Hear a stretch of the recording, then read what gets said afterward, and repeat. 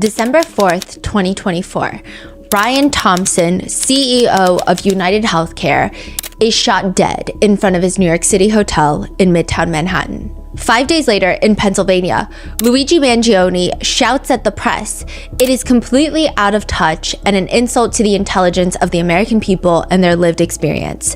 Completely out of touch and it's an insult to the intelligence of the American people and their lived experience. This is what he screams before the police push him up against a brick wall to silence him, and they force him inside the courthouse. He is then charged with crimes related to the death of United Healthcare CEO Brian Thompson. From Pennsylvania, Luigi Mangione is shipped out to New York, where he is once again arraigned for charges in connection with the death of United Healthcare CEO Brian Thompson. Then he's taken basically down the street to another courthouse, to the federal courthouse in New York City, where he is, for a third time, arraigned for the death of United Healthcare CEO Brian Thompson. As we speak, Luigi Mangione faces 3 separate trials and charges for the events that allegedly he contributed to December of 2024. And it feels like all 3 jurisdictions are more or less in some sort of pissing contest to be the ones to take down 27-year-old Luigi Mangione.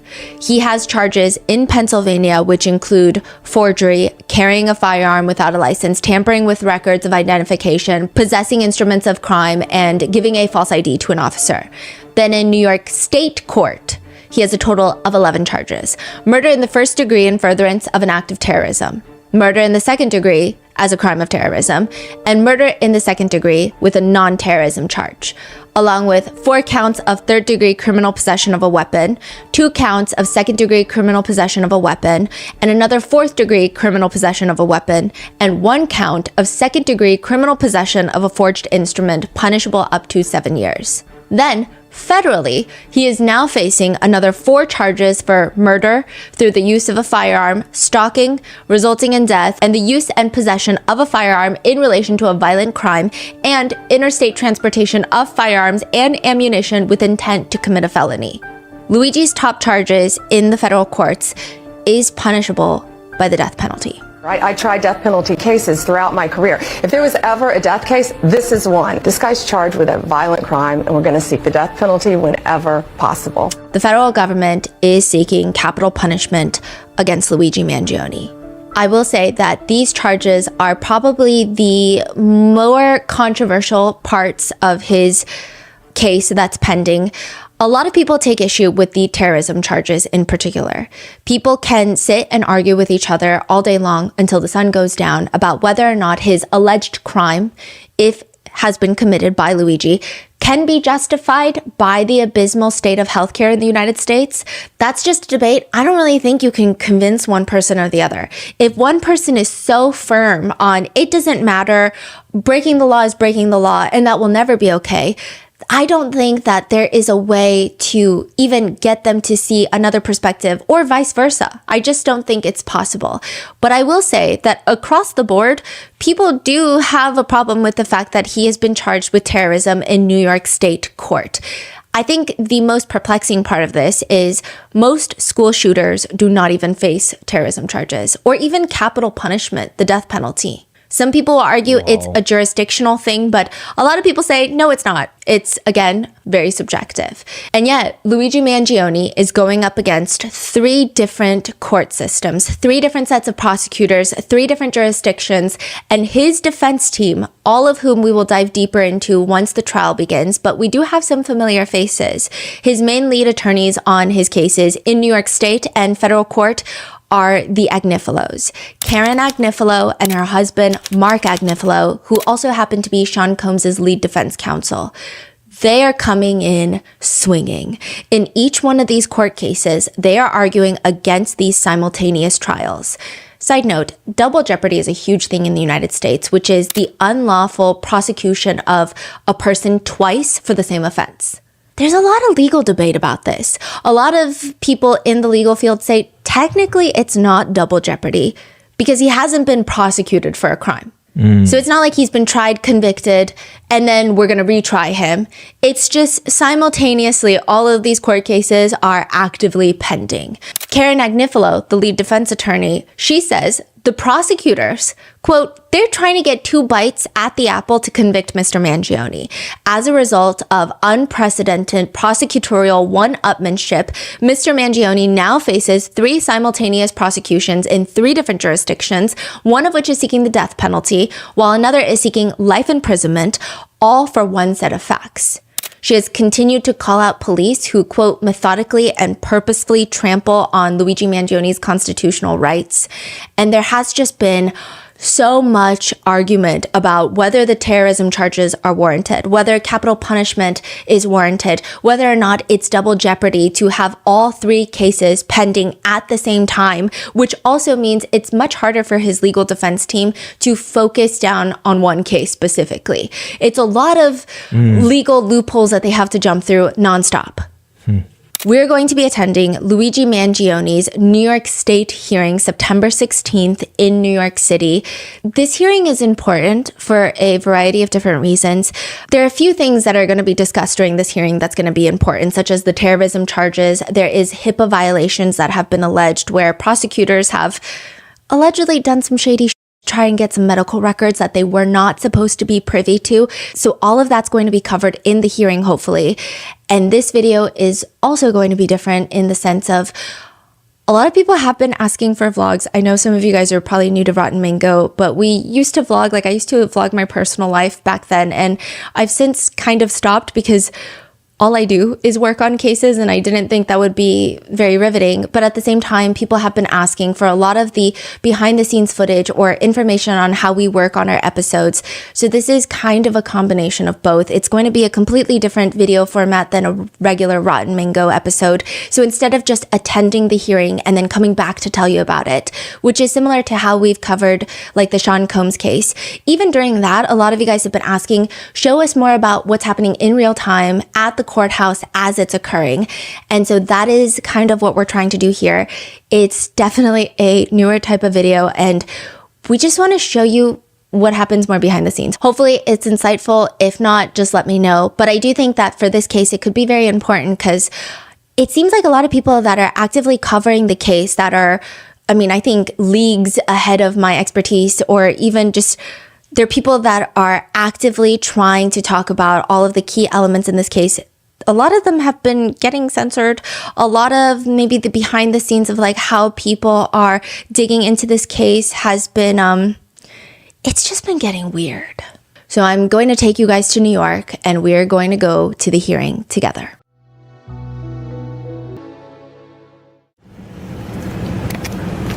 Does anyone have the press passes? Yes. I was supposed to go through all of the court documents last night, maybe even the day before, but I was working on a different case and I got like 300 pages of the court document, and then all of a sudden they just dropped 2,000 pages last minute, so I had to go through that. So what are we looking at? It's not that bad. So this is a compilation of some news articles, but mainly like the cases. So we have Pennsylvania, New York, federal. Not a lot of case files so far. I don't know if it's good or bad, but I guess good for me since I don't have a lot of time. In Hawaii. Oh yeah, and there's something from Hawaii. What's going on in Hawaii? It's just one page. Okay. From 2023. Oh, there's a case in Hawaii, or? Violated a trail thing. Because sometimes they have like off-limit trails. Because it's so dangerous. People will die. Oh, is that where you took the picture? It's possible. The photo looks like it's like From one of those trails. Yeah. I saw people going on TikTok and going to that exact spot to take the photo where Luigi took the photo. Yes. It's they say it like the Luigi pilgrimage. Yes. Yeah. Oh, he got in trouble for that. I don't know if it's that exact hike, but Oh. Hey, did we email Thomas Dickey? yeah. You can look on this table, and here's all the evidence I have right here, guys. Zoom in. I suppose you want to. Nothing. I've seen nothing. I have nothing. And both have nipples. Nothing yet? Nothing yet. He's a young man, and he is being treated like a human ping pong ball between 2 warring jurisdictions here. What did you say? There's his signature. That's his handwriting? Oh no! Mark. It's Mark. Oh, yeah. It's Mark's signature. I thought he just got brought on. This is from 2024. I think he's been on, but we only ever cared about Karen until we saw Mark in action. Oh, yeah, he was in all the previous hearings. But I think Mark. But he was focused on Diddy's case, so. Yeah. A human law enforcement wall.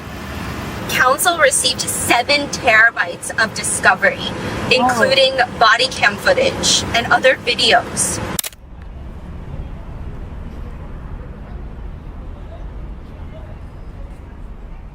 We just landed in New York, and apparently the police has stopped by, just asking like what's going on to our lines.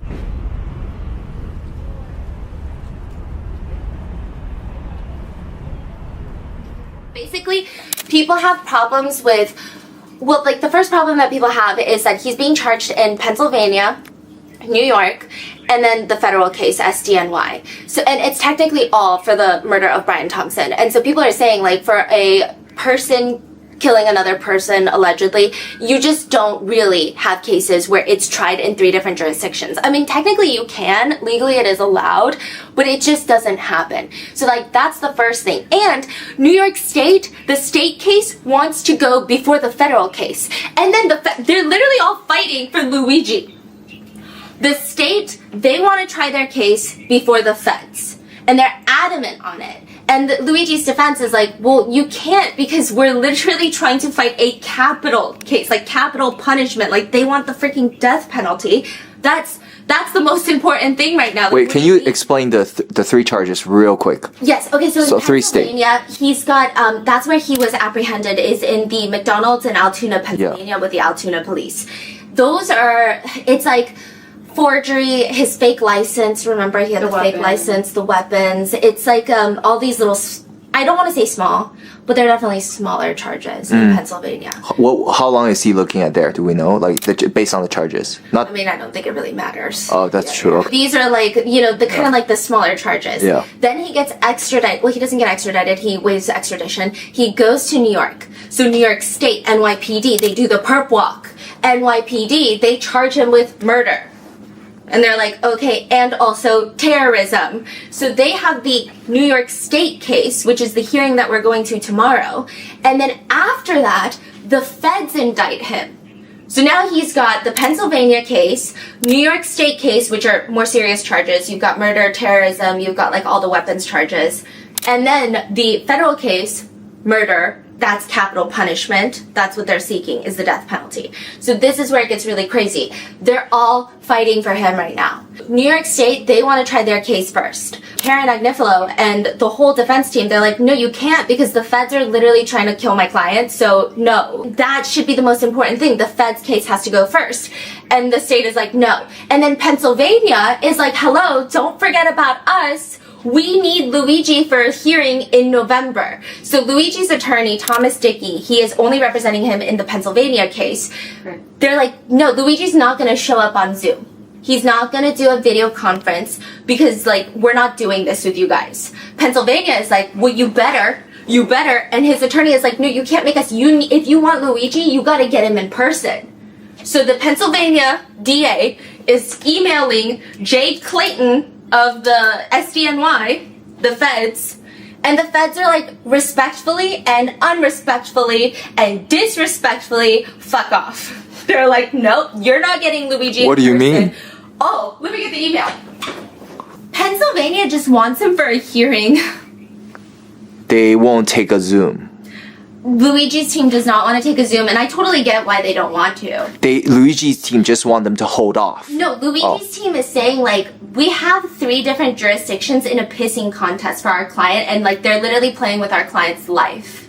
Just so that they can say what? That they're, you know? Yeah. So they're saying, if you want him, come get him, and they're all just, like, fighting for Luigi. But this email is actually insane. Let me find this email.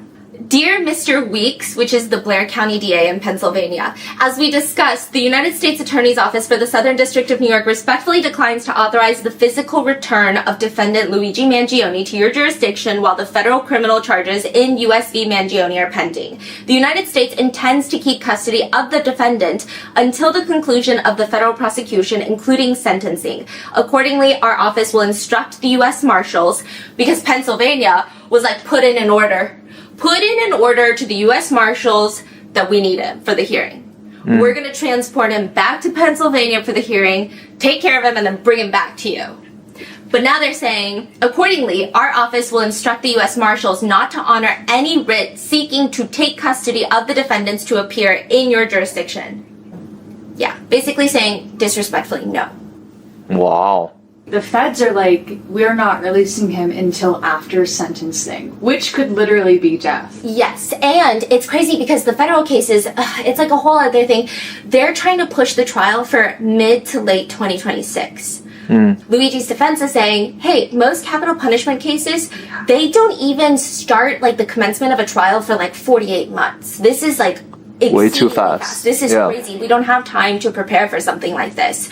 And then on top of that, there are so many problems. So that's just the federal case that's the problem. Oh, there's other problems with the federal case. Who am I kidding? So in the federal case, they were monitoring his calls. At the MDC, there's two different phone lines that you can use, that inmates can use. So the first phone line is like an attorney phone line. They cannot record those phone conversations. It's literally just attorneys with the inmates. It's protected.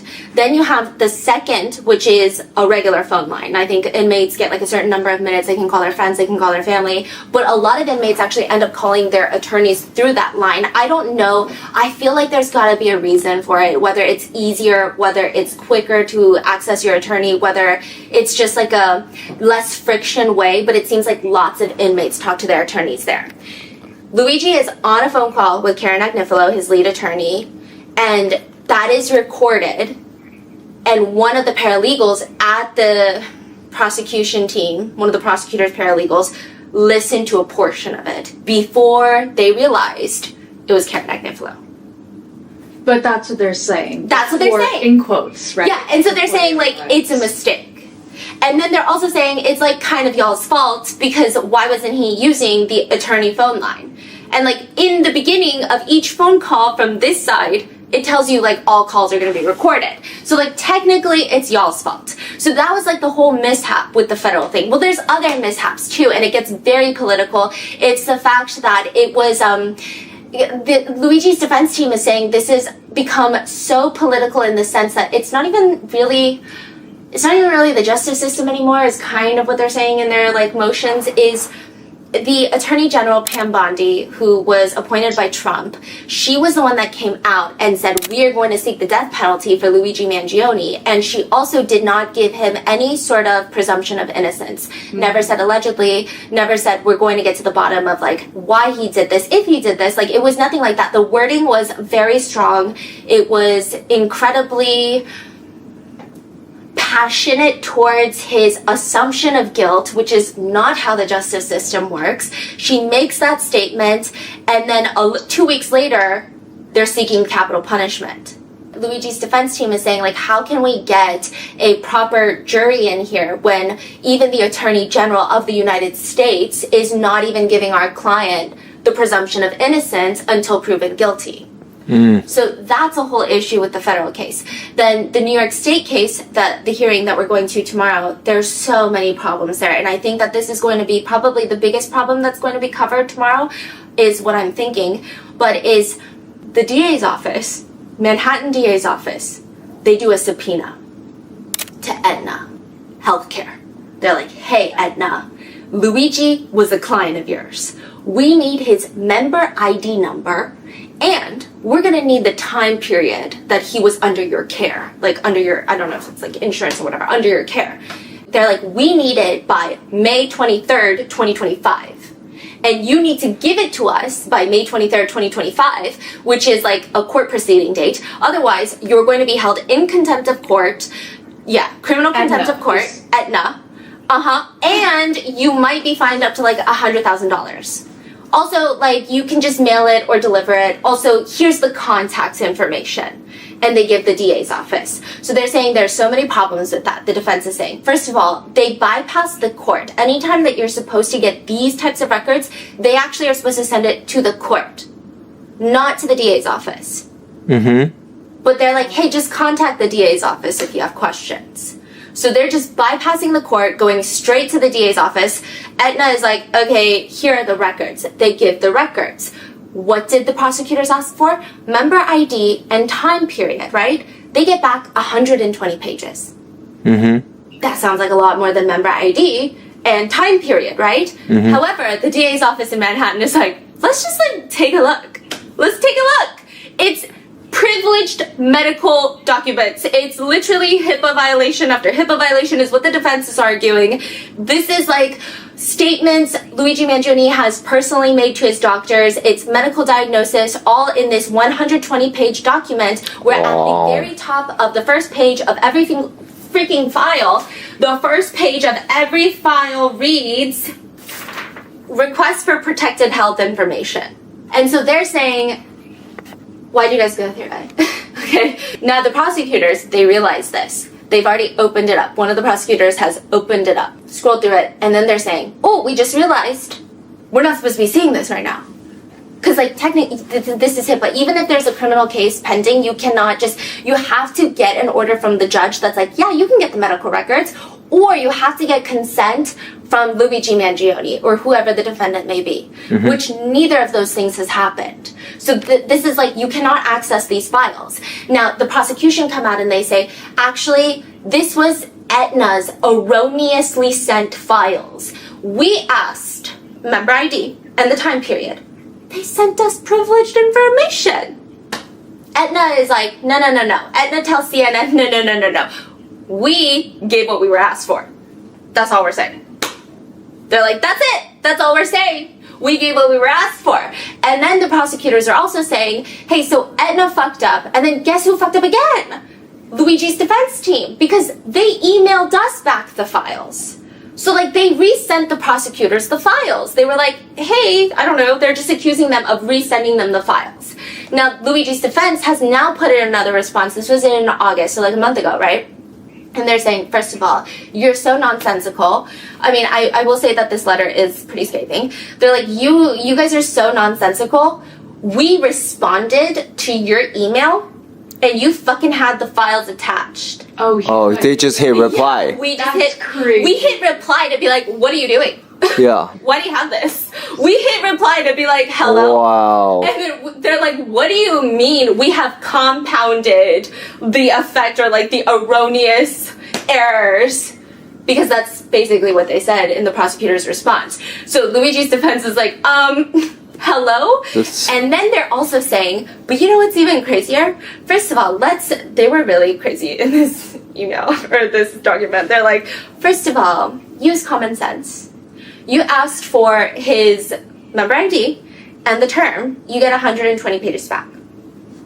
You don't even think about fucking HIPAA? That's what they're saying. And then the second thing that they're saying is, it's actually crazy because nothing was scheduled for May 23rd, 2025. So that subpoena that they made to Aetna, they're like, we need this for this court date, May 23rd, 2025. The defense is like, nothing was scheduled that day. So you made up a date to compel them to give you this information by said date. When that date, there was nothing on that date. That's all. So they lied. That's insane. Yeah, so I think the argument is going to be that, like, technically, I guess they just needed a date, like a deadline, but the defense is arguing, like, state code says that when you give a date for a subpoena, it's a designated, like, there is usually a court hearing or, like, something is happening on that date that they need those records. Like, you don't just, like, subpoena someone and you just say, you know what, let me just say 2 weeks from now. So that has been the main... I mean, there are other arguments, like the fact that this argument is going on in Pennsylvania and it's going on simultaneously across all of the different cases.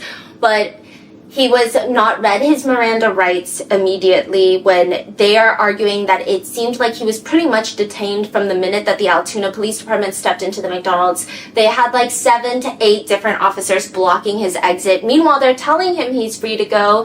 They also searched his belongings without having the proper search warrant. Now, the Altoona Police Department, they are arguing, and, oh, this is interesting, body cam footage. We don't have the body cam footage, but obviously the defense has it because it's in discovery, and they were saying in another motion that was filed that the body cam footage depicts Altoona Police Department going through his backpack.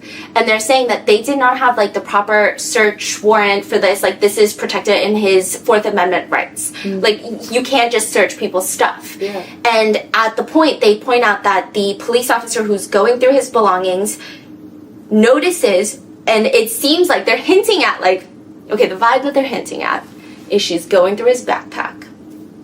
And it's like, fuck, I shouldn't be going through his backpack.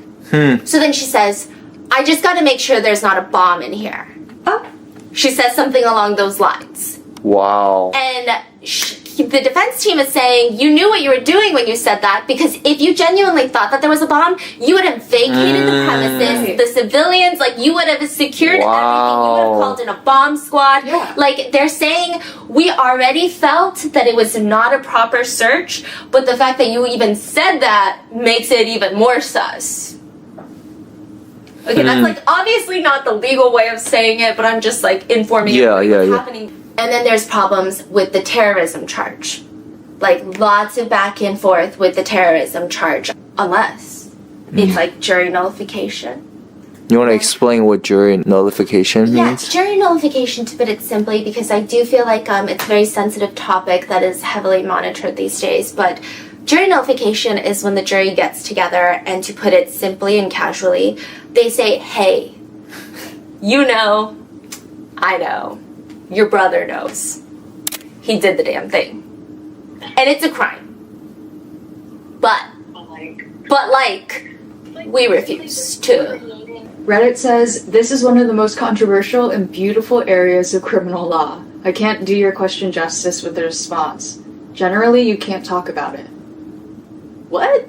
Oh, yeah, I think, okay, you can't talk about it, as in, I don't think it's ever included in any of the court's orders when they talk to the jury. Yes, so that's why a lot of people in New York are getting, like, jury nullification, educate yourself on jury nullification billboards without even putting Luigi's name on there, because they just want anyone in this jurisdiction to understand jury nullification and to see it as an option. Because when you get to the courtroom, they're not going to say at the very end, here are the jury instructions, here are your options. Oh, by the way, did you know about jury nullification?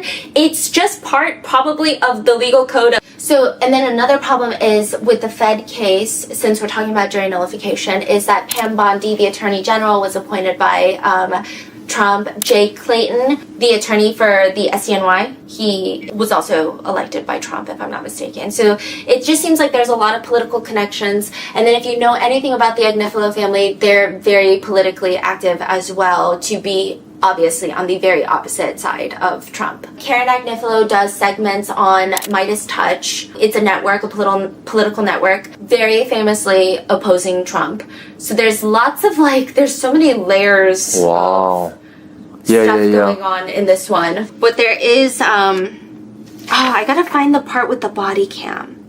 Oh, okay, and then also, the terrorism charges. The way that the prosecutors are saying it's terrorism, the defense is saying strange.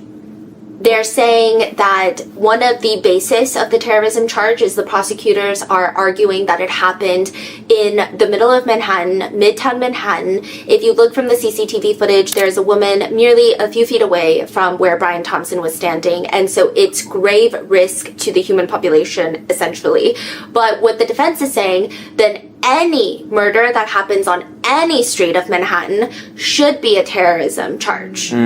Yeah. But it's not, so why this one? And they're also saying that for the Brian Thompson case, because they're saying that Brian Thompson, having him be killed in broad daylight is to incite violence for his own, like, ideological views and to try to get society and an industry to behave in a certain way through the threats of violence, which is terrorism.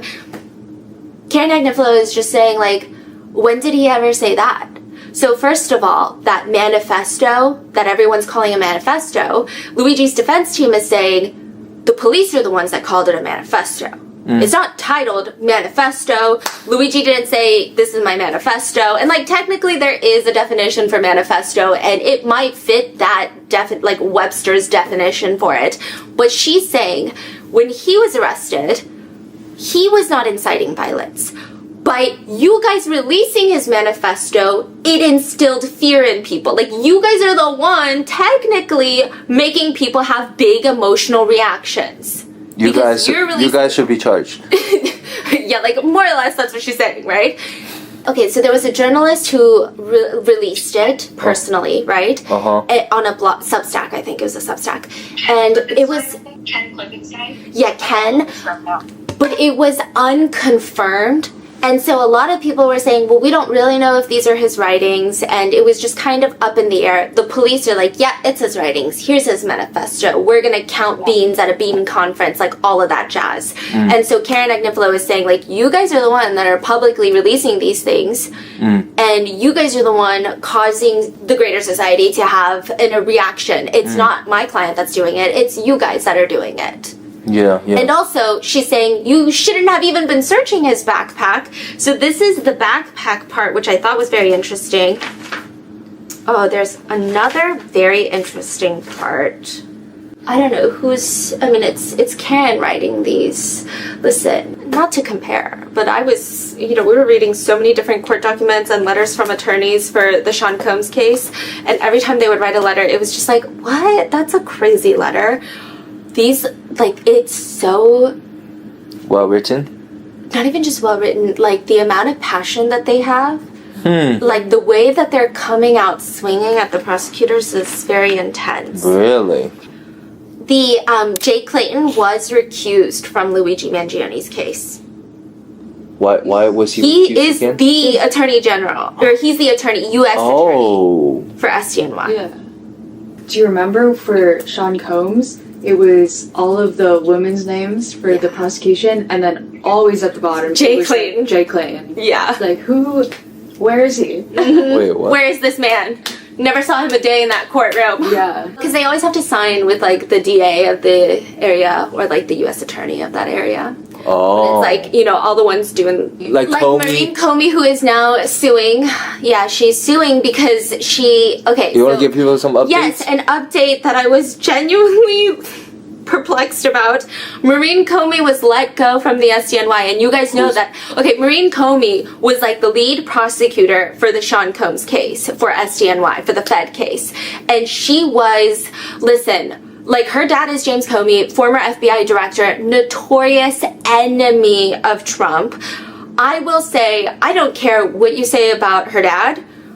Maureen Comey, seeing her in action, like, there was nothing like it. She is so intelligent. She is so quick on her feet. I know people are, like, dogging on her online because Sean Combs did not get the sentencing or the verdict that people wanted, or mainly the verdict that people wanted. But she is just... I don't know, she's whip smart, she's so intelligent, and she was let go from SDNY. And apparently, according to her lawsuit, they didn't give her a reason. She said Jay Clayton did not give her a reason and basically told her, it's from Washington. It's out of my hands. What? And so she's suing them for back pay, legal fees, and she said, I want my fucking job back too. But now Jay is gone. Well, no, just recused from the case. Yeah, Got he's recused from the Luigi case. Wow. Is there a reason why he's recused? Right. Oh, is it because of the... I think it's the phone calls. Really? That's it?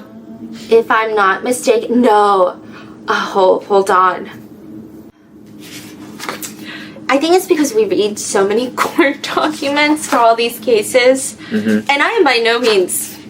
I know nothing about law. But just reading, as like someone who's reading court documents for these cases, just when certain people just know how to write one, they just This is about the terrorism charge, and Karen Agnifilo is arguing that he's not inciting violence, he's not trying to change an industry. In fact, Mr. Mangione never stated anything publicly, released anything publicly, or expressed anything online to suggest that this was his intention. Law enforcement, prosecutors, and the mayor of New York City are solely responsible for the very fear they are now attempting to attribute to Mr. Mangione. This is talking about how they're trying to attribute the NFL headquarters incident to Luigi. Mr. Mangione is no more responsible for the actions of Mr. Tamura or any other alleged killer whose actions followed his arrest than the president is responsible for the alleged mishandling of classified documents by those who served with him, before him, or after him. Oh my gosh. Wait, and the Agnifilo's daughter is a paralegal as well. I know. It could be her writing this. It could be. So there is more about the terrorism charges. Okay, so the defense is just saying that the government, for the terrorism charges, they have to say these are the elements that require for it to be terrorism, right? Yeah. And so the first one was the aggravating factors are substantial planning and premeditation. Because they're saying that he stalked Brian Thompson for weeks and months leading up to the murder. But I feel like that could apply to a lot of different cases, but what do I know? And then also grave risk of death to additional persons because there was a woman nearby. It was in the middle of Manhattan. And That's a weird one. Yeah, Okay. and then 3 non-statutory aggravating factors, such as victim impact, selection of site for an act of violence. The prosecutors were citing the fact that he wanted to kill Brian Thompson allegedly at a bean counting conference, right? And then future dangerousness. So the defense, they go all out fighting these different aggravating factors. So for one, they're saying that him attempting to evade law enforcement and flee New York City with his ghost gun is future dangerousness. And they say, what relevance does that have to proving future dangerousness? Does the government contend that any alleged murderer who flees the scene of the crime with the alleged murder weapon presents a future danger that it warrants the imposition of the death penalty? If not, what facts make Mr. Mangione's alleged flight unique, such that he presents a future danger so great that he deserves the death penalty? Then the defense just goes in on the Attorney General, Pam Bondi. And I just think, listen, I think there's so many layers to this case, but the way that they go after Pam Bondi is so fascinating. And I just feel like there's already blood, like bad blood between them, because obviously, like I said, they're just very opposing in terms of political views. But they even put in Pam Bondi's Instagram post, because she made an Instagram post calling for the death penalty for Luigi Mangione. And they say that Pam Bondi, the basis that she believes there should be capital punishment is 1, her past history as a capital crimes prosecutor, 2, that if there ever was a death penalty case, this is 1, and 3, that she herself has been threatened because of this case, and 4, that a reason for seeking the death penalty is that the victim was a CEO, and 5, that Mangione is guilty, and 6, that Mangione committed 2 statutory aggravating factors and should be executed. They say the stakes could not be higher. The United States government intends to kill Mr. Mangione as a political stunt. The Attorney General compounded this prejudice by appearing on television on Sunday, April 6, 2025, and stating that she has received death threats for seeking the death penalty. Right? I tried death penalty cases throughout my career. If there was ever a death case, this is one. This guy is charged with hunting down a CEO, a father of 2, a married man, hunting him down and executing him. Yeah, I feel like these young people have lost their way. I was receiving death threats for seeking the death penalty on someone who is charged with an execution of a CEO. This guy's charged with a violent crime, and we're going to seek the death penalty whenever possible. So they're saying, like, she has not given their client presumption of innocence, and now she's making it worse by saying that I'm getting death threats for saying that we need to seek the death penalty. And then as for Pam Bondi saying that the victim was a CEO and that is one of the factors of why there should be capital punishment, the filing reads, the Attorney General stated during her television appearance that a reason she ordered the death penalty sentence was because the alleged victim was a CEO. Counsel is aware of no provision in the death penalty statute or in the Department of Justice's death penalty protocol that allows for consideration of the social, economic, or professional status of an alleged homicide victim in determining whether to seek the death penalty. the drama, right? The prosecutors are arguing this is like the whole thing with the backpack search, the Fourth Amendment rights at the McDonald's, which I do feel like Fourth Amendment rights are just like the first rights that every single attorney has to argue in any sort of criminal case, which is like, you weren't supposed to search any of my belongings. Now, the number one problem is the prosecutors are saying that when the Altoona police arrived, they already had his fake ID. So he had already given his fake ID. So at that point, technically, like, they're allowed to search his stuff, right? But this is the defense. The fact that they believed that Mr. Mangione was the person wanted for murder does not change the analysis, nor provide the necessary exigency to overcome this fatal police error. First, the shooting happened 5 days earlier, and the police had no reason to believe that the alleged shooter was still armed. Second, even if the police had reason to believe he may be armed, any exigency disappeared after Patrolman Detweiler frisked Mr. Mangione for weapons, moved the bag 6 feet away, and had armed officers strategically placed between Mr. Mangione and the backpack. The exigency was certainly removed once Mr. Mangione was handcuffed and surrounded by officers, which they continue on the next page.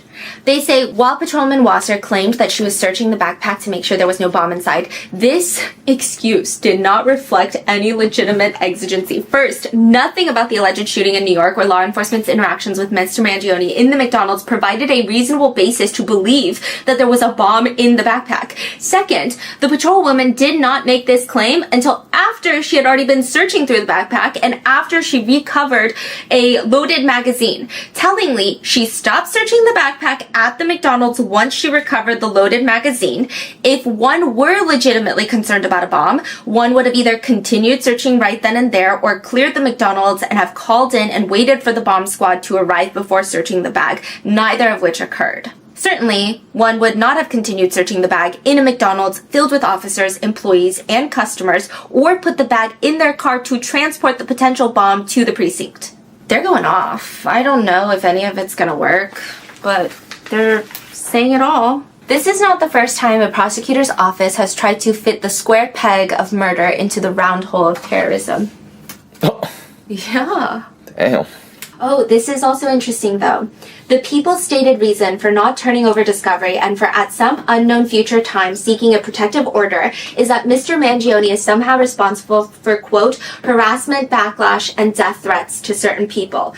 So they're saying there's no evidence of that, but on December 9th, 2024, when he was arrested, among the first words out of Mr. Mangione's mouth was an apology and a concern for the very McDonald's employee who they are saying now is receiving threats. Quoting from their notice, quote, I apologize for the inconvenience of the day, followed by, they aren't going to put the cashier from McDonald's information out there, are they? It wouldn't be good for her. A lot of people will be upset I was arrested. Wow. This is the very opposite of someone who is seeking to terrorize anyone or wishing harm or violence to anyone, is what they're saying. Also, like, there was a whole thing because they found notes in his socks. What exactly happened there? Yeah, the defense, they put notes in the socks. Well, like, there was notes in his socks. Who put it in there? The note was written by the Free Luigi Reddit thread. But we don't know who put it in the socks. How did they get into his socks? I don't know, but it was like a heart-shaped pink letter, and it was like a letter of support. I have no idea how it got in their sock.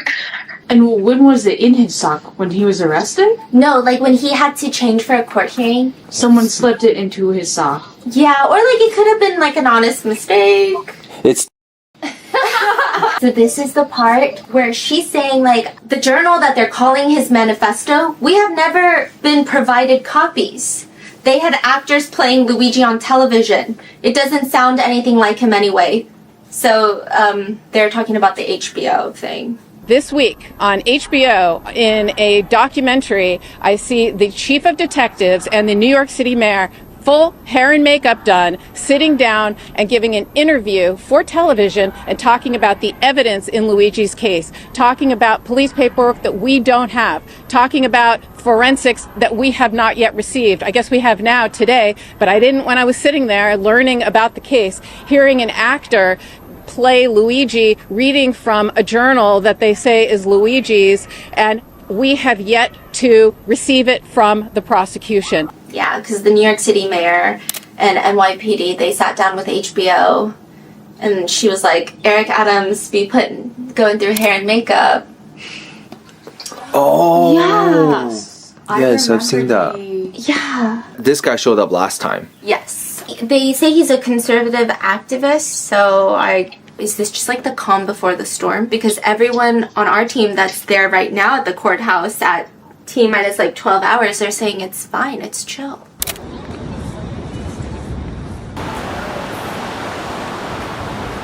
My name is Jarva Land. People don't really understand what goes on unless you have like a sensational enough trial that it gets televised or it gets meticulously documented, but that's not the case for the most part. I have an obsession with trying to document trials meticulously. I like brown mango. Amazing! What's your name again? Abril. It's like April, but in Spanish. Tomorrow we have death penalty action coming, and they just announced their like collaboration with Luigi's Bookshop, which is basically, instead of buying on Amazon, you can buy on bookshop.org, and part of the proceeds go to his cases. My name is Lena. I'm from Los Angeles, and this is a book I just brought to read in line called Health Communism.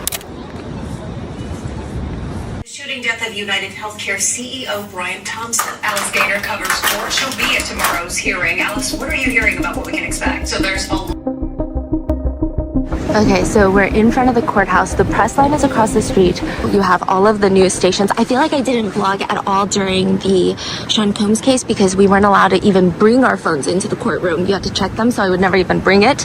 But this is the news stations, and then you've got the whole public line set up. Hearing. I will say, before going to the hearing, we spoke with Pop NYC, which I encourage you guys to go follow them on Instagram, as well as Renegade for Justice. They've been organizing a lot of the protests outside. Like, they're mainly focused on the goals of reforming healthcare. These are activists who spend really any ounce of free time that they have outside of full-time jobs to try and make a change so that you and I can probably live in a better world. And I think right now is a very critical time to join them, support them, see how we can be helpful. But before even going to the hearing, we spoke with a lot of different people from lots of different organizations who were involved in trying to spread messages and organizing protests. And there have been lots of conversations because it doesn't really take a very astute person to realize that mainstream media coverage on this case has been very interesting. And I thought maybe I live in a bubble. Because I don't know if I'm just chronically online and I'm just always on TikTok and I'm like, well, I've seen good coverage about this case. I mean, more often than not, mainstream media has bizarre coverage about the case, or they're maybe focused on the wrong things. But I have seen lots of coverage on the case. I did not realize how hostile it was going to be until we got to the hearing. And I don't even think when I got out of the hearing, I could even process the thoughts correctly. So I'm just going to describe to you some of the parts that I've noticed that really stuck out to me. The press line and the public line outside of the courthouse. Unlike previous trial that we've been to, it was divided already into two separate lines. And you could immediately tell that it was two separate lines. I mean, lots of people on the public side were dressed in organized t-shirts. Like, it seemed like everybody was on the same page. It was really well organized. On the press side, everybody was dressed more like members of the press would normally dress. And for the hearing, they allowed a good chunk of the press in. The courtroom was much larger than the federal courtrooms that I've seen. So instead of just like a few rows of press, there were, I think, closer to 10 rows of press. Oh, wow. And I maybe only spoke to a handful of independent reporters there. Almost everyone in the rows of, I want to say, like, if I had to take a guesstimate, and don't hold me to this, I want to say at least 8 to 9 press pews were just legacy media. Mm-hmm. And they were on the reserve list. So this is in New York State. You get on this reserve list, and most of it is legacy media. And I know this because we stood in line for 48 hours. Well, not we physically, but like the Rotten Mango team, like we had organized this so like we could interchange, and it was a mess. But we were there for 48 hours before the hearing so that we could secure the first few spots, because those are always like the best time to get in and see what's going on. They have a reserve list. So before anybody who waits first come, first serve, they will go through the reserve list. So if a reporter from a legacy media who's on that reserve list shows up 5 minutes before the hearing, they get to cut the line. Mm-hmm. and they get priority. They have a whole list and they check. So I'm in the beginning of the line. So every time someone comes up, that list is gone through and they're like, okay, what media are you with? And it was just all legacy media. I mean, I saw a lot of people that I remember from the last trial and lots of friendly faces, lots of reporters that I really enjoy spending time with and I respect, and they're such kind people and they're compassionate and they're here to do a job, but also some really insane people. I will say even that reserve list was a little strange. It was a little strange because if you know anything about the Luigi Mangione case, or the People v. Luigi Mangione case, because he has 3 different pending trials, there has been a very vocal complaint by people of wanting independent journalists to have access. And I'm not saying I'm an independent journalist. I'm literally just a girl online. So just people who are not part of legacy media, who have to go with certain messages anytime they report on the news or like filter through certain checkpoints. A lot of people wanted independent journalists in there. And for them to have this very long, lengthy reserve list of legacy media that are allowed priority, I thought was very interesting, especially in regards to this specific case. But regardless, lots of press were allowed in, which is always a good sign. Only 2 rows of public were allowed in. And from the moment that we got to the courthouse, the morning to get in, there was a clash between the press and the public. It felt very strange. There was heavy NYPD presence. There were 2 cops walking past me, and I guess they were trying to understand why the public line was so long. And one of the cops just turns to the other and says, he's a good looking guy. And they just like walk away, so, which is fair, but that's like the most normal comment of the day. So I'm standing in line with a lot of members of the press, and I felt confused.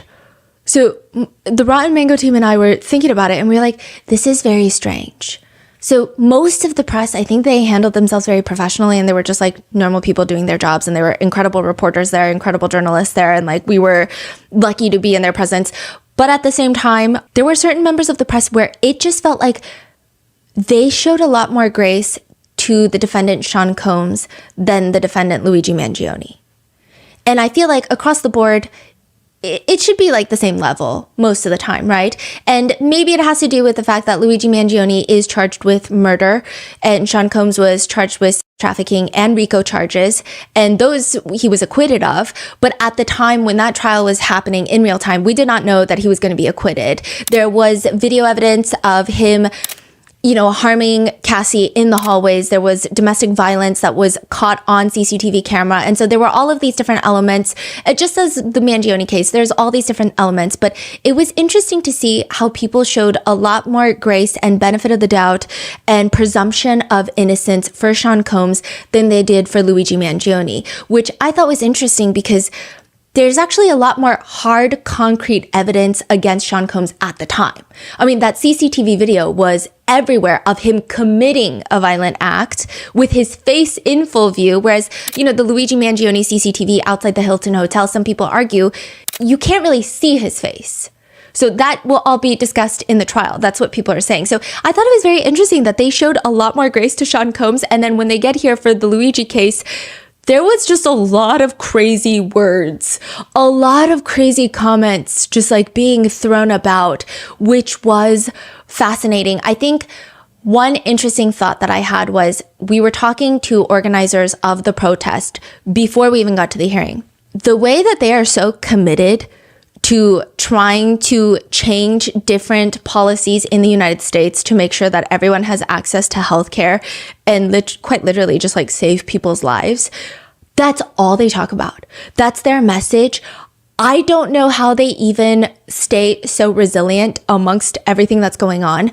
But then the way that they get there and all the mainstream media reporters are like, hey, get the girl that says she's dating AI Luigi, and we're just gonna put her on every platform. I will say some media have been better at reporting about the protests and how people don't want capital punishment, how people want to reform healthcare. But the way like the influx of media was like, these people waited 30 hours to see Luigi Mangione. Aren't they crazy? And I was just thinking, it's also crazy because a lot of members of the press wait over 24 hours to get into high profile cases. Yeah. So how are we different? It just felt weird to say they're fangirls, but we're doing our job.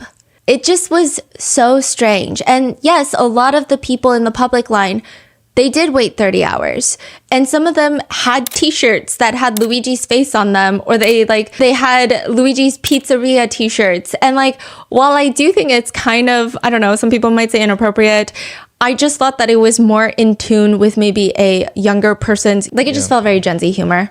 A lot of the reporters were just not running with it. They were actively, out loud, vocally making fun of the people in public. And then they would walk over and try to interview the people in public line. And then they would walk back and say, I don't know why they don't want to talk to me. And I'm like, I could probably list you like 5 reasons just in the past 2 minutes of things you've said. Like, it was very confusing. And I also thought it just felt very hypocritical. And I was kind of shocked by this. Once we got to the second line, so that's like the main line outside the courthouse, then we get funneled in. We had to wait in the very cramped hallway. So one side was reserved for the press. Everybody's like cramped to one side. And then the other side is the very short line for public access. They let in even fewer people from the public side. And I was just standing there and I'm just like, I'm kind of eavesdropping. And I hear the Agnifilos, the Luigi's defense team, they walk in. The elevator's kind of in front of us. We can't really see them. They walk into the courtroom and then we're going to be let into the courtroom later. So it's going to be the prosecutors walk in, the defense team walk in, press walk in, public walk in, and then Luigi will be escorted in once the hallways are completely cleared of everyone except for the press pit. The press pit is where there's like a little rope barricade, and the press cameras are set up. Everybody's live streaming. Like, those are all the shots that you saw. And we actually had someone from the Rotten Mango team in the press pit who also took a video, but those are the press pits. Everyone that's not in there gets cleared out of the hallway. Luigi Mangione gets walked into the courtroom, and then the judge comes in. So that's kind of the order of things. The defense team, they walk out of the elevator bay, and now they're in the hallway, walking towards the courtroom, away from us. I mean, you're just waiting in the hallway for like an hour trying to get into the courtroom. Of course, when the defense team walks in, you want to get a good look. And these are high-profile defense attorneys. These are people that have been in the public eye. I think it's interesting to even watch them in their element. They're very captivating to watch. And so I'm kind of like looking, and I hear a reporter from Legacy Media look over at the girls in public, and it was like predominantly, I think it was all girls. And she goes, look at them. Look at them craning their necks to get a view. And I was like, I mean, I'm also craning my neck to get a view. Like, that seems like a very normal thing to do in this instance. Like, we have nothing to do right now. We're just waiting to get in the courtroom. And these are high-profile defense attorneys. Yeah, I think everyone wants to see them. Yeah. So it was just very strange. And then I overheard another discussion of people talking about, doesn't it smell like weed? I hear one reporter being like, doesn't it smell like weed? And I remember being like, do I have sinus problems? I don't smell weed. I smell weed outside the courthouse because it's the streets of New York City. You smell weed everywhere. But inside the courthouse, I smelled zero weed. And the reporter next to them goes, it reeks of weed. It like reeks of marijuana. And they were like, that could be a headline. And that could be a headline. What headline? Yeah, probably Luigi Mangione supporters wait 30 hours, reek of weed. And I'm just like, again, what is happening right now? Like, the public have been nothing but so chill. And actually, they're like here, yes, to support the defendant. And you can disagree with that all you want. Like, totally. You can absolutely objectively say that's against my morals. That's everyone's own opinion, okay? But like, it was weird. It's like, that's not what they're doing. That's not even what's happening. I'm seeing this with my own 2 eyes. That's not what's happening. I'm confused. I'm sniffing it with my own 2 nostrils. That's not what's happening at all. And then later, even when we left the courthouse, a lot of the coverage just made it seem like a lot of these people are crazy. I will say maybe mainstream media was a little bit better this time around, which is really good and maybe hopeful for the trial. But they were showing some people protesting for healthcare. But a lot of it still was on girls waited 30 hours. Girls waited 30 hours. And I was like, I don't know, these girlies look like they have a cause. Like, these girlies look like they're here for a mission. And like, you could disagree, you could agree, but it wasn't, it just did not align with what I witnessed. Yeah. It did not align at all with what I witnessed, even inside the courthouse, because this is state court. You are allowed to have your electronics as members of the press. So you can bring in your phone. Federal court, you can not even bring in your phone. You can bring in your phone. You can actually work on your laptop in the press pews, if you're a member of the press and you have your press badge on, you cannot record, you cannot film, you cannot like be on the phone. You actually can't have your phone out. Like you can have it in your bag, you can only have your laptop out. And I think it's because the laptop, usually the camera is just towards you, right? And so that's the whole rules. I feel like there were phones going off in the press pews. Meanwhile, the public, there was nothing. They did not, like, nothing happened. No phones are going off. Everybody was showing the most decorum in a courtroom. And even when the officer first walks in, before Luigi walks in, he's like, no outburst. And he's like mainly talking to the public side. And I'm like, I don't even think no one wants to have an outburst. Like, they seem like they're taking it serious than most of the press pews. So I'm like, okay, I don't know. Maybe the last one there were outbursts. I don't know. But it just seems like they don't look like they're about to have an outburst. And so they're just like on their best behavior. And I thought it was kind of unfair that they get labeled as like crazy girls who wait 30 hours for Luigi. And it's like, okay, well, the press also wait like 30 hours to get into high profile cases. And like they will fight to the death to like cut each other in line to get into these high profile cases. So like technically we're all the same people. Like it's fine. Like we don't have to make fun of each other. Everyone's just here to either do their job or be here for a reason that maybe you don't understand, but that's fine. Like you don't have to be so crazy about it. And I will say, like, the public was really guarded with the press, and I totally get it. Like, I totally get why.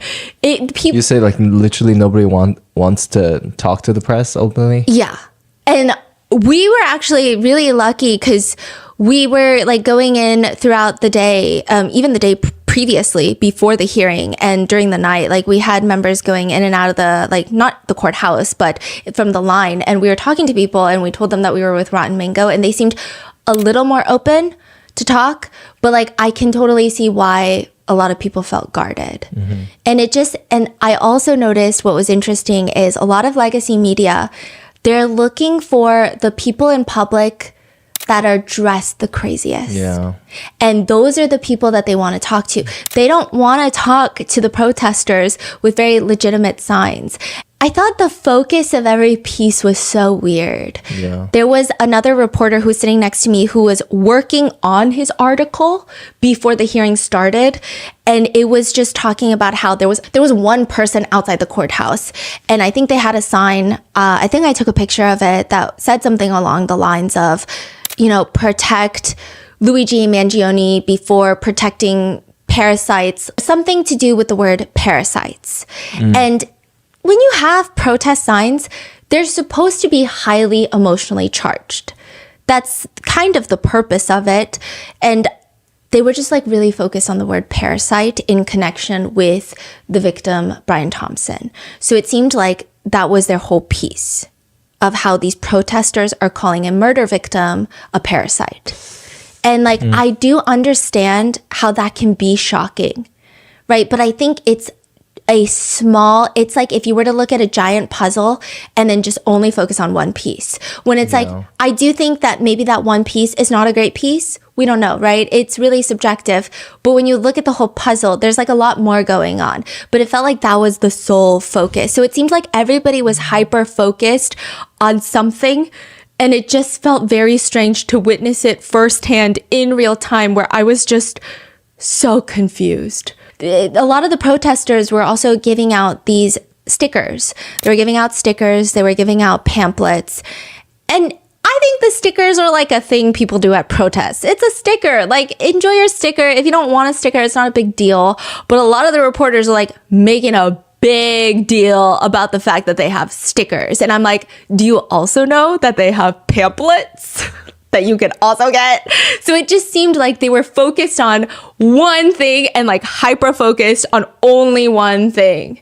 It got to the point where I don't even think some members of the press I could even have conversations with about this case, because it's like, I just feel like it's weird. Like, this is so passionate, of like so firmly one, when you're technically supposed to go in unbiased. You're a reporter. Yeah, like you're supposed just to reporting what's going on. Yeah. Rather than having your own little it's like, I mean, you go in there and like, yeah, I will admit there was a girl dressed up as Luigi and she was hitting the poses, okay? She had an LED backpack on. She came in early.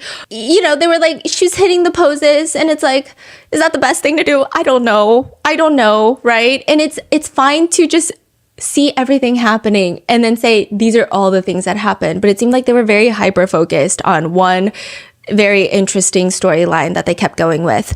But regardless, we're inside of the courtroom and it's a big courtroom.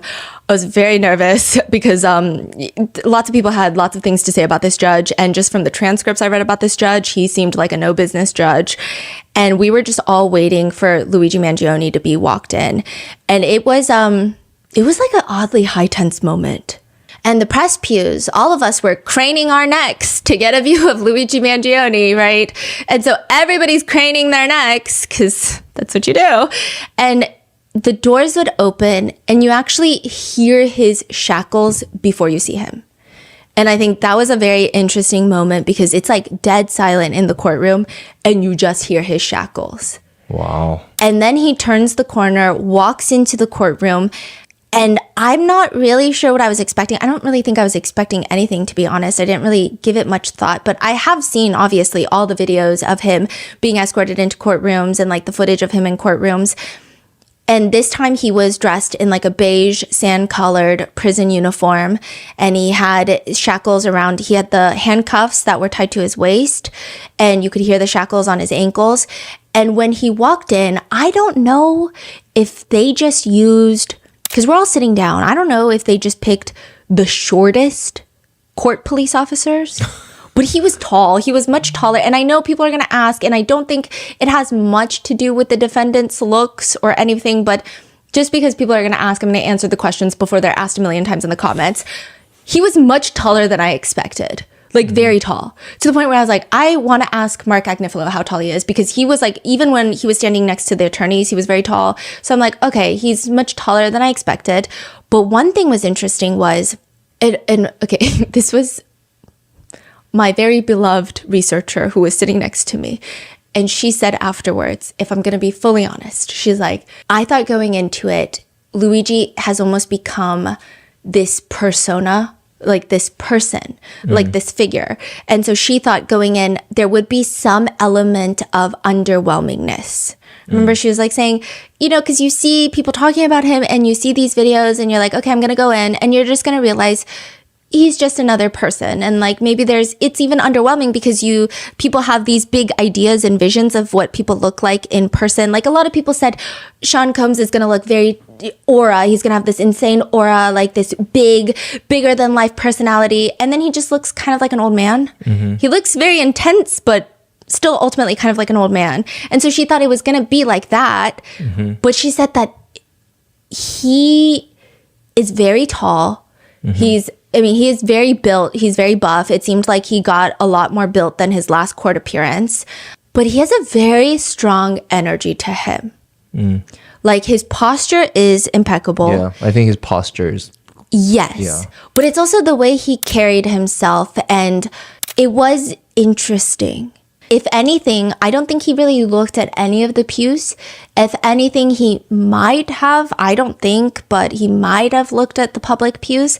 But for the press pews, he was very reserved, did not look. He just looked ahead, went straight, sat down, and there were 3 police officers surrounding him on the back, so nobody could really even see him throughout the hearing. And this is the hearing where they dropped the terrorism charges. The judge dropped the terrorism charges in New York State.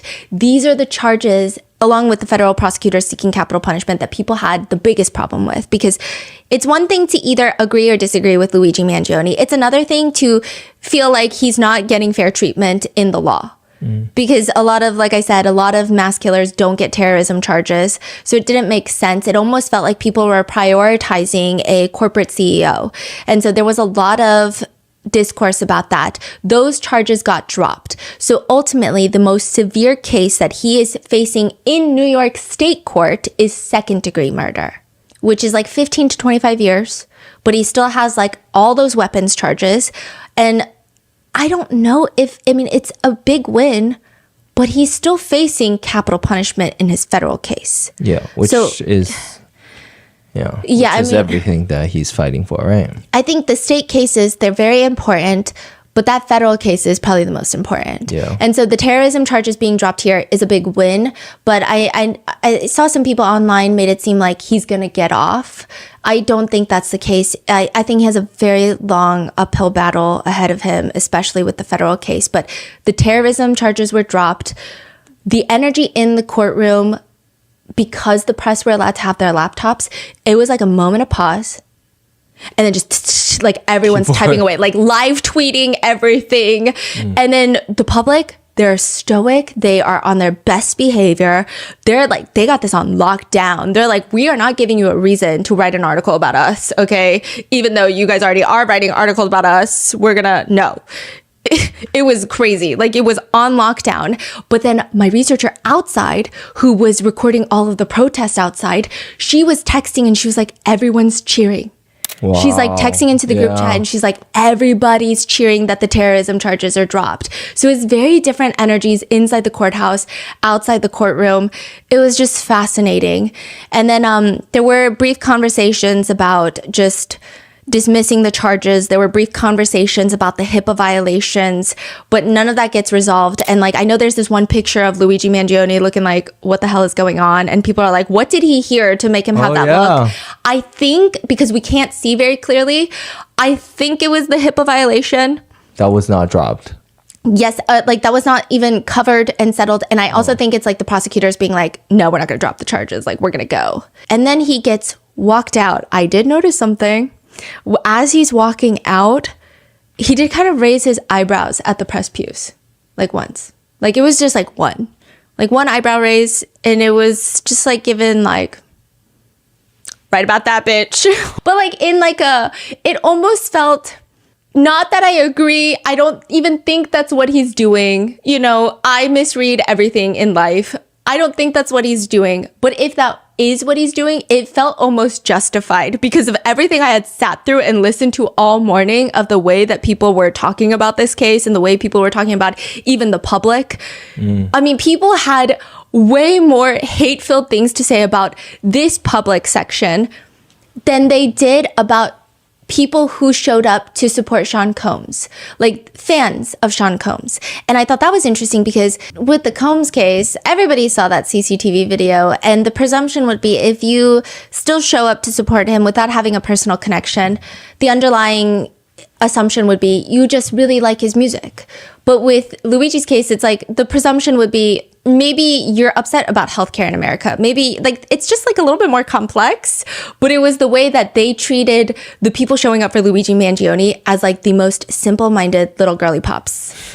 And I was like, I mean, that could be the case, but also you don't know that's the case. And like technically your job as a reporter is to either find out if that's the case or do something about it. Like you can't just like assume that's the case. It was just weird. It was weird. And that was not the majority of reporters. I think 99.9% of them are incredibly just talented people that I can only aspire to have even an ounce of their abilities. But you know, that's weird because, you know, we literally cover cases that they're fans of a killer because they look certain ways. Yeah. And usually those are still minorities. Like people do not show up to support someone because they look certain ways. No, like so that's... if that's the main message, then we're not getting the real story. Yeah. Right. And that was a lot of the main message that people saw. I will say TikTok was way better about it. TikTok, there was a lot of just like memes that occurred afterwards. There were conversations of why he wasn't wearing court-approved clothing like he had been in the previous hearings. Some people have not conspiracies, but theories and speculations that his defense attorneys had brought this brown paper bag and they had brought clothes for him, but because he had gotten a lot more built over the course of the past few months, he was no longer able to fit in the court-approved clothing. So that was one theory. Another theory was with everything happening in the US and all of the high-profile cases, they were just on extra lockdown and they would not not allow him to be in court-approved clothing. And then there is another theory that it's because of Sockgate, you know, those little heart messages that were in his socks. So it was kind of a mixture of those. It's unclear. They didn't really go over it during the hearing, so I'm not entirely sure, but he was in his prison uniform. And those uniforms are super viral in Chinese social media now. Yes. So Chinese netizens, I was actually intrigued because, and I think it has to do with the country. Obviously, a lot of the people that support Luigi Mangione in the United States are supporting Luigi Mangione because of healthcare reform, because this affects us on our daily lives and our family members who all live in the United States and have healthcare in the United States. Chinese netizens, they're like, hey, we got our own healthcare. We don't care about your healthcare system. We call him Lulu, so that's his nickname in China. And a lot of people say that color of the prison uniform is the color of the season now. Yeah. And so a lot of designers in China are now incorporating the sand-colored uniform to like all of their looks. And there's just like a lot of internet comments that are doing internet things. There is a TikTok going around of a reporter talking about the case and all of the fangirls. And Pop NYC, they have these LED trucks that drive around the courthouse during the hearing. Like I would say they changed the screens, and most of it is talking about healthcare, how to get informed, how to get involved, how to try to make a difference. And then some of them just have like Luigi's face on there while they're like spreading facts about how to make a difference and like how to assist in these protests. And one of them is him like kind of side-eyeing, and that truck is just driving by the reporter as she's actively talking about him. And people are like, a drive-by mug is insane. And again, like these are people who do take cases seriously. But at the same time, it's just like Gen Z humor. And I feel like legacy media has not caught on to that. Because even the Reddit comments, like legacy media would have a heart attack. And all the Reddit comments are like, not a bad angle. There's not a single bad angle of this man, which is crazy. That's what people are saying. I don't know. Okay. There are other people commenting that they need to put taller guards with him because putting all these short guards with him are not doing the prosecutors any favors. People are commenting that. Yeah. People are commenting, I miss my husband. Like there's a lot of interesting comments. Okay. And I think a lot of these people take cases in the United States very seriously. They take healthcare conversations very seriously. I saw someone in the Chinese platform. There's a shot of him, someone flashlighted it. So it's like super dramatic with his shadow casting on the wall. Yeah. People are like, damn, even his shadow looks good. Yeah. Like people are making jokes. Does that mean that they don't take anything seriously? No, I think it's just like... I mean, it's the internet. It's right? The internet. Like, what can we do about it? There's nothing we can do about it. He's in the courtroom for like 10, 15 minutes, and then he is escorted back out. I think there was a moment from what I saw online of people who were in the public pews. They said that it seemed like he was trying to look at the people in public briefly, but it seemed like the court officer pulled on him. And then there was a moment where, like, I don't think it looked like it hurt, but they were saying, like, it almost looked like he rolled his eyes, but it was not because he's, like, rolling his eyes at the public, but it was, like, there was, like, a yank and pull situation. I couldn't see from my angle, but that would make a lot of sense because these court officers were genuinely acting like, this is Hannibal Lecter.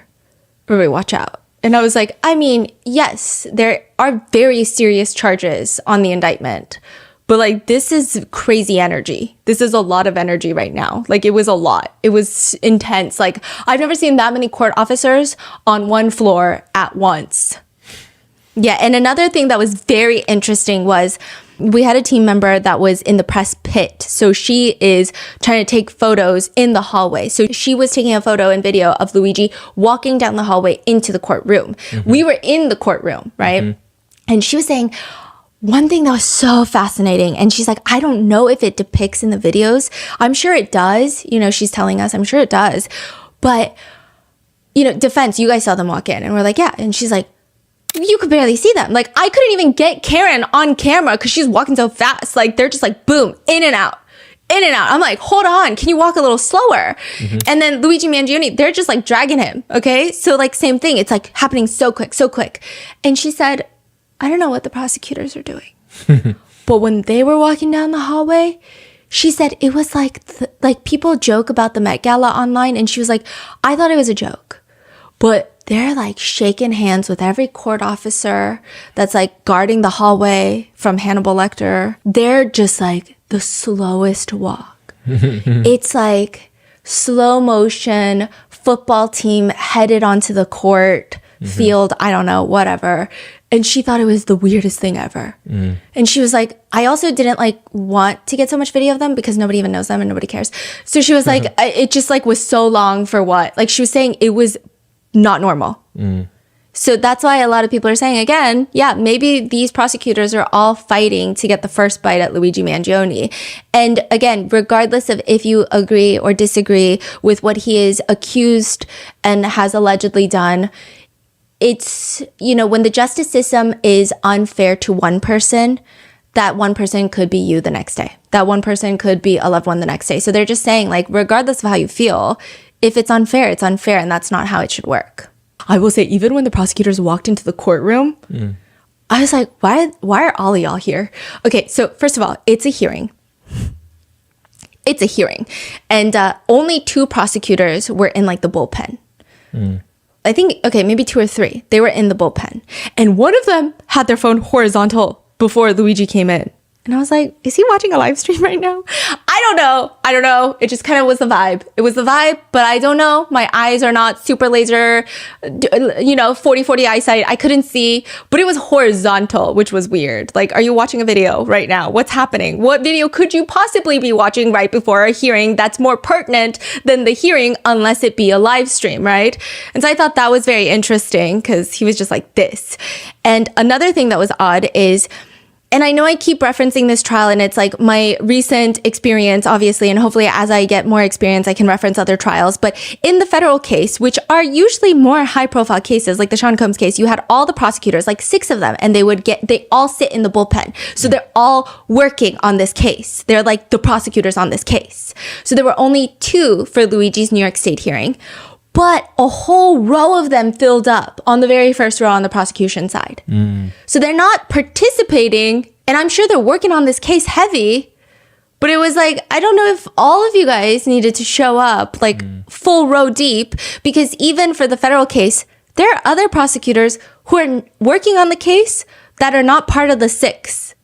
And those prosecutors will show up, like, remember how I was saying they're like 2 rows ahead of the press pews? And really, they only show up on really big days of the trial. And that's the trial. Wow, you're observant. Yeah, like they show up, huge witness testimonies. They show up on big cross-examination days. Yeah. Like, they're not there most of the time because they're working on the case probably, right? But a full row? And they walked in like they were on an episode of Suits. And I was like looking at the defense attorneys and I was like, it just was a different energy. Also, I did overhear Karen Agnifilo. Listen, Mark Agnifilo, I know people have thoughts about him, obviously, because he does represent a lot of interesting people, including Keith Raniere, like lots of interesting clients previously. Karen Agnifilo worked primarily as a prosecutor for a very long time before becoming a defense attorney. She is a very fascinating person. Like, her aura is also crazy. Okay, like I said, Mark has like a teddy bear aura, which he really let his wife do everything on this case. Like, she is lead counsel. And she was standing there and they like to observe the courtroom before Luigi Mangione comes in. And I guess someone had whispered to her, "Are you nervous?" Because the first thing I can distinctly hear her say is, "I'm not nervous. Why would I be?" And it was not like a, why would I be? Like, it was just like pure confidence. Like, I have nothing to be concerned about. It was giving like, there is nothing for me to be nervous about. Not like me, but like our side of the case to be nervous about, which I thought was very interesting. And so it was just a very different aura from the prosecutors coming in like a row and a half deep, doing a very long walk down the hallway. And that's interesting. Potentially watching the live stream after.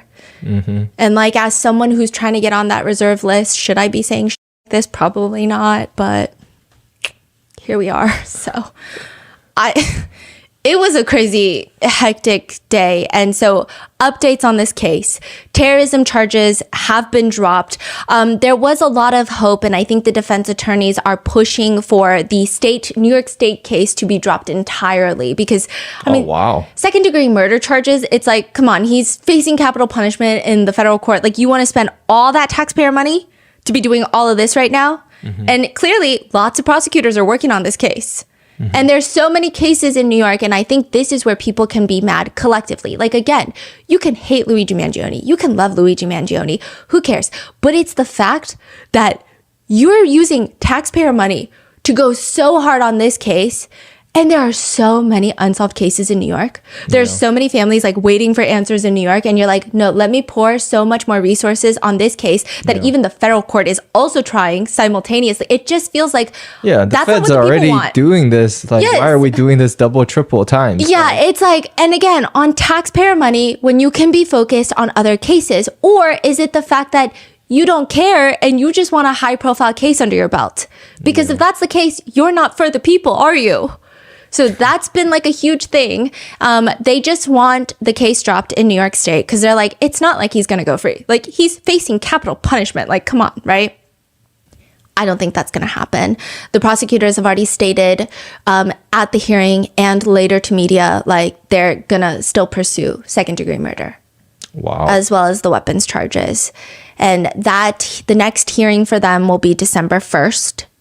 The federal hearing is December 4th, and probably sometime December, we're finally, hopefully, going to figure out which case starts first, which case proceeds first, and where that's going to go from there. I do know that he has a hearing in November in Pennsylvania, which, like I said, there was like that whole argument of, can he come in person? The feds are like, absolutely not. It's been a back and forth, but it seems that he will not be attending that hearing. So it seems like right now it's really between New York State and the feds of who goes first, with most people assuming it's going to be the federal case. And that's just what I've been hearing, even with like the press members. They're just saying it seems like it's going to be the federal case. So that will be probably, hopefully, there will be some updates in December, but we will just have to see. And that is where we are with this case.